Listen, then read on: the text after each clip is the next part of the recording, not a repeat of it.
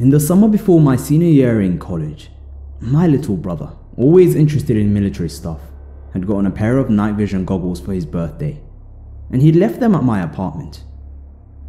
One night, I was bored and decided to go try out the goggles at a wooded hiking area nature preserve nearby.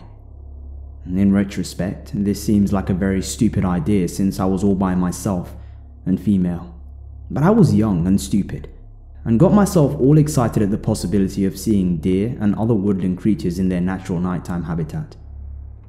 I was familiar with these woods. My best friend and I had hiked there before at night, and we'd never run into anyone else.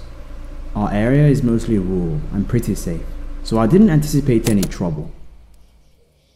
I parked in the little sparsely lit parking area, ignored the sign, "Park closes at 10, and entered the woods, night vision goggles in hand. It was a half moon that night, and that was the only light that filtered down through the canopy of trees. It was pretty dark and I didn't want to put on the goggles until I'd found a place to sit down. So I lit my way with the mini mag light on my keychain.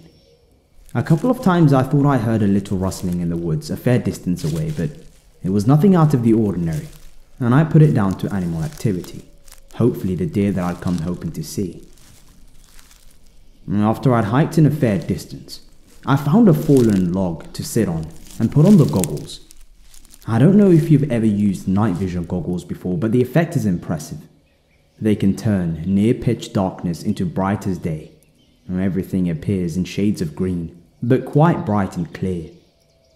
For a while, I had a blast looking around from my fallen log vantage point.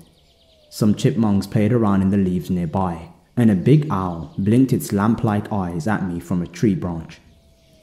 No deer though, and I started to think that maybe they wouldn't be likely to come anywhere near me, darkness or no, if I sat right out in the open on a log.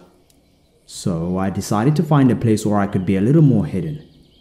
I made my way a little deeper into the woods and finally found a huge tree, perfect for climbing. I've always loved climbing trees, so it was nothing for me to hoist myself up a few branches and settle in to wait for my deer. I didn't get to see any. What I did see though, lit up in bright night vision green after about 10 minutes of waiting, was this. A man, dressed head to toe in dark colored clothing, making his way stealthily through the woods. He was coming from the same direction I'd come and was clearly trying to stay hidden, moving from tree to tree and glancing around carefully before moving on again. It looked very much like he was looking for someone. It took me a few moments to notice that he was carrying something, and when I saw what it was, the hairs on the back of my neck stood up. He had a knife, a big one, and he was gripping it as if he expected to use it in the very near future. It wasn't deer hunting season, and this was a nature preserve, where hunting of any kind was prohibited. And at any rate, the guy was alone and not dressed like a hunter. There was no deer in sight, and very few hunters kill their prey with knives. I was suddenly horribly aware of my situation. A young woman alone, weaponless, in the middle of the woods at night. This was the 90s, so no cell phones, and even if I had had one, I wouldn't have felt safe using it lest I drew his attention. I didn't know how he was able to see so well in the dark. I guess his eyes had just adjusted, and I was terrified he would look up and see me. I sat there, afraid to move, afraid to breathe, and watched him as he continued his methodical and stealthy process of scanning the forest for who or whatever the hell he was stalking. I scanned around but couldn't see anyone else, even from my high vantage point, and the sickening thought struck me that he might be looking for me. I remembered the rustling noises that I'd heard in the woods when I first arrived, and then I thought back further and remembered something else. A white car that had followed too close behind me for most of my drive to the nature preserve.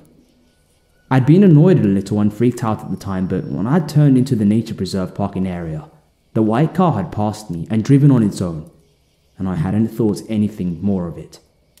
Now I wondered, horrified, if this was the driver of that car. If he'd circled back and seen my parked car, alone in the lot.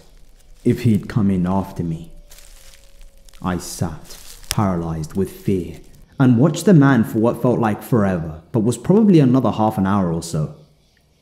There was a heart-stopping moment when he paused right underneath my tree, and I was sure that he was going to look up and find me, but he didn't. After a while, he seemed to give up on whatever plan he had in mind. I heard him say, "Fuck it." And he started heading back in the direction he'd come, the direction of the parking area. I stayed in the tree, wet with sweat and crying, until the sun came up a few hours later. Then I climbed down and, still terrified, gripping the little can of pepper spray on my keychain, I made my way as fast as I could to the parking lot. The man had been there. My windshield had been smashed with a rock, and someone had scraped all down the sides of the car with something sharp, presumably a giant knife that I'm lucky didn't end up in my chest. Thank God for the night vision goggles that let me see him before he could see me, and thank God for big trees with sturdy branches. I hope I never see him again.